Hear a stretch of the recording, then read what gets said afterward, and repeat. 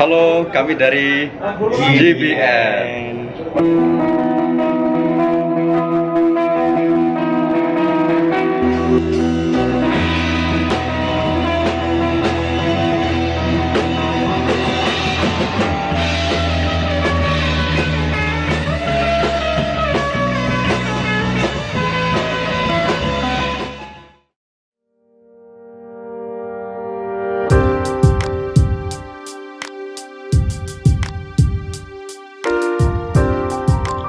Situasi pada awalnya tuh mengamati situasi ketika awal pandemi mulai berjalan, kita mendapati sebagian dari kita, teman kita, saudara kita, keluarga kita itu diberhentikan dari tempat kerja. Nah, itu tentunya sangat tidak menyenangkan untuk disaksikan apalagi dirasakan, dan pada gilirannya tidak bisa bekerja secara optimal, bahkan tidak bisa bekerja sama sekali dalam waktu yang cukup lama. Itu mengakibatkan kita mengalami situasi-situasi sulit secara finansial maupun secara psikologis, sehingga kita rentan kehilangan kepercayaan diri, semangat belajar, bekerja, bahkan merasa kehilangan arti, signifikansi, relevansi, dan sebagainya.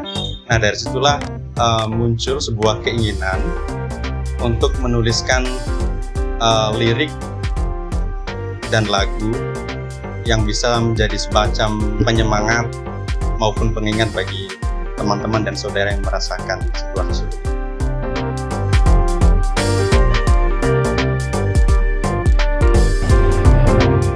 Lirik angkat sekali lagi. Nah, jadi awalnya itu kami bertiga seringkali itu saling berdiskusi, khususnya di masa pandemi ini, berdiskusi seputar permasalahan yang terjadi di dalam kelas online,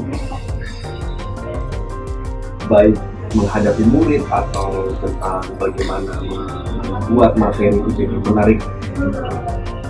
Itu tantangan tersendiri, dan tidak sedikit teman-teman guru ataupun murid merasa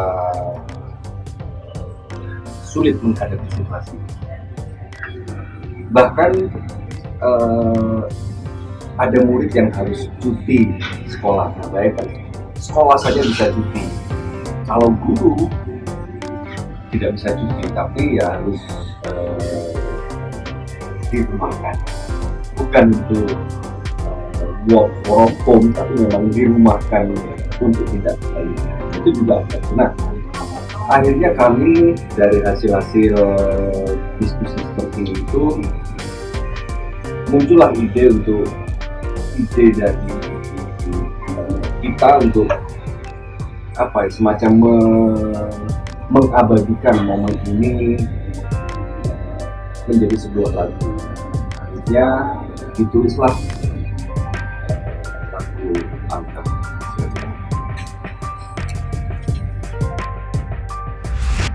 Jujur buat gue, lagu ini atau lirik yang telah diciptakan oleh Hasan ini benar-benar menginterpretasikan dan sangat integrasi sekali dengan kondisi yang saat ini kita jalani, saat ini kita hadapi. Tentunya para rekan-rekan pendidik susah banget dan sangat struggle untuk memberikan komunikasi dan memberikan pendidikan yang terbaik untuk anak-anak. Bahkan tidak hanya pendidik, beberapa site pun atau beberapa sektor yang mengalami goncangan sangat luar biasa dalam segi ekonomi juga tentunya. Jadi Angkat sekali lagi ini adalah lirik yang sangat memberikan gambaran kepada kita, tentunya para yang berkarya dalam bidang apapun, dalam bidang pendidikan, dalam bidang industri kreatif, apapun itu harus tetap bertahan, karena akan ada momen di mana tangan kita akan terangkat kembali. Akan momen di mana tangan kita akan bisa kuat kembali untuk terus memberikan yang terbaik buat anak bangsa atau buat keluarga kita. Jadi intinya seperti itu.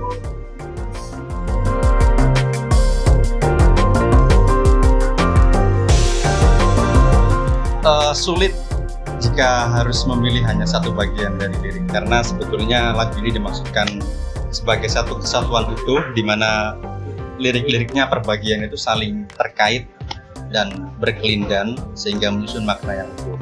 Tapi kalau terpaksa harus memilih beberapa saja, saya akan menyebut bagian bridge-nya atau pre-chorus, yaitu jangan redupkan cahayamu, karena segelap apapun situasi yang kita hadapi, sebenarnya kita masih punya cahaya di dalam diri kita. Bagaimana kita menjaganya,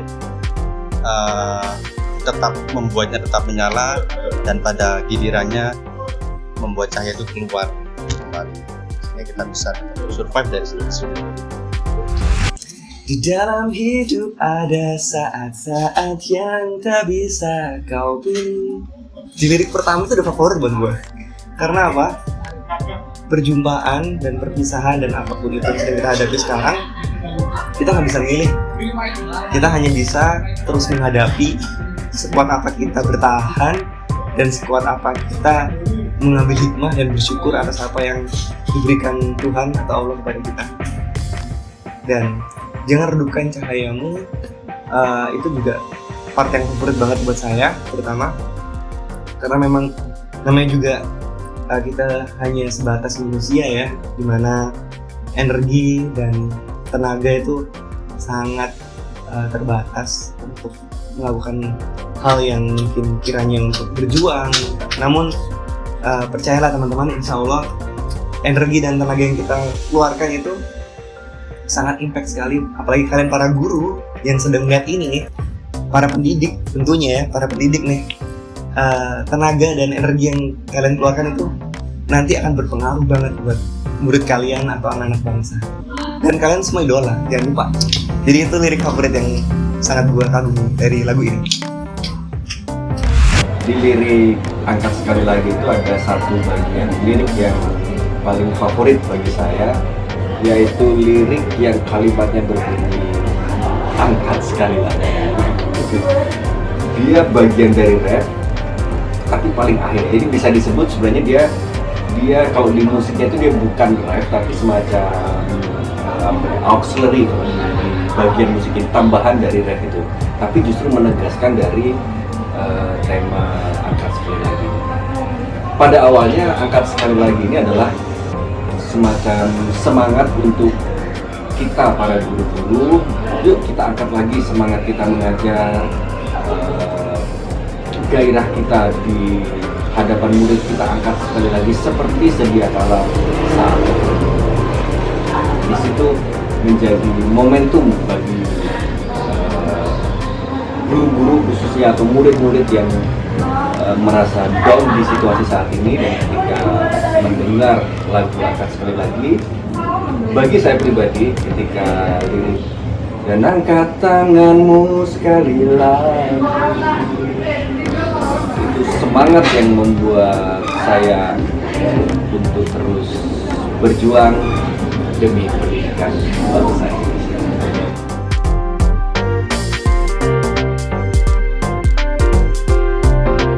Kita tuh berbeda style, berbeda apa ya? Berbeda rambut gitu, berbeda rambut juga. Ada yang curly seperti Pak Diki, ada yang lurus, ada yang bergelombang seperti Hasan. Kita juga menginterpretasikan juga gaya bermusik kita. Jadi ketika Hasan datang membawa lirik yang mentah dari apa yang dia kreasikan, dia menulis lagu agar pengen memberikan yang terbaik untuk kalian semua. Bertemulah kita bertiga, alhamdulillah di tengah-tengah pandemi ini ya teman-teman ya. Kita bertiga meramu lagu ini. Itu kayak apa ya? Kayak istilahnya itu kalau dalam dunia permusikan itu harmonisasi itu udah nyambung sendiri. Nggak tahu gimana caranya, tiba-tiba Hasan memberikan lirik ya, terus ya udahlah gua genjreng gitu. Hasan gua ada gini-gini nih. Pak Diki memberikan alunan vokalnya yang langsung dapet, dan betotan bassnya yang udah langsung in tune, drumnya Hasan yang sudah terkonsep mateng, dan seperti ini beatnya, seperti ini komposisi lagunya, itu udah langsung jadi. Kalau nggak salah tidak membutuhkan waktu sampai ini ya, kiranya membutuhkan waktu sampai 1 jam 2 jaman ya, kita hanya memberikan waktu 1,5 jam untuk meramu lagu ini agar asik dan tentunya ear catching ya, dan dengan gaya masing-masing. Proses kreatif menerjemahkan dari lirik ke musik itu selalu menyenangkan kalau di GBN. Saya selalu bersyukur memiliki partner-partner dan rekan yang menyenangkan, kreatif, inovatif, toleran, tapi sangat kolaboratif. Itu poinnya, karena ketika kita membaurkan ide-ide kita itu tentu saja ada perbedaan pendapat kadang-kadang, tapi justru itu yang membuat filter sehingga yang muncul di bagian akhir, di versi akhir adalah versi yang terbaik, versi kita, versi GBN. Lalu yang tidak kalah penting juga sebenarnya itu kita punya pemahaman yang sama bahwa lirik dan musik itu sebenarnya saling bertukar peran. Kadangkala lirik yang menjadi nyawanya dan musik adalah raganya. Tapi di sisi lain kadang itu sebaliknya. Musik yang menjadi jiwanya dan lirik yang menjadi baju yang dipakai oleh musik itu untuk hidup. Jadi ya itu juga hal yang kami syukuri karena kami punya pemahaman yang sama bahwa musik dan lirik sama-sama pentingnya. Sebagaimana dalam lagu ini baik liriknya secara penulisan maupun musiknya secara penggarapan itu satu frekuensi dan satu tema.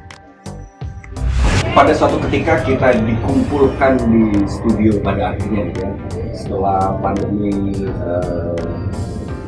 sudah mulai menjadi kebiasaan baru-baru kita, akhirnya kita berkumpul di studio untuk merealisasikan lagu baru ini.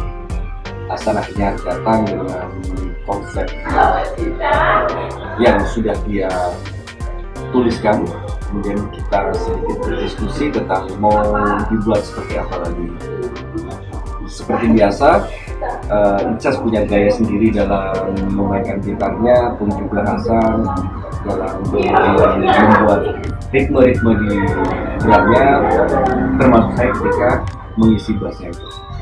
Yang selalu menjadi pertanyaan atau diskusi kami dalam sesi latihan itu adalah siapa yang menyanyi? Karena di GBN itu kita bisa sebut GBN itu adalah 3 orang penyanyi yang bisa main musik, atau bisa juga disebut 3 orang pemusik yang bisa nyanyi. Jadi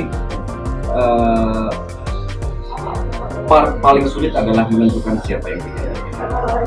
Akhirnya semacam audisi dadakan itu. Jadi semuanya kita nyanyi sampai akhirnya merasa apa ya, mood kita gimana? Maksudnya itu misal contohnya Icas nyanyi dari awal sampai akhir. Kemudian dia memutuskan, aku nyanyi bagian ini saja, termasuk saya, termasuk Hasan. Akhirnya diputuskanlah bagian-bagian itu dalam sesi latihan di studio.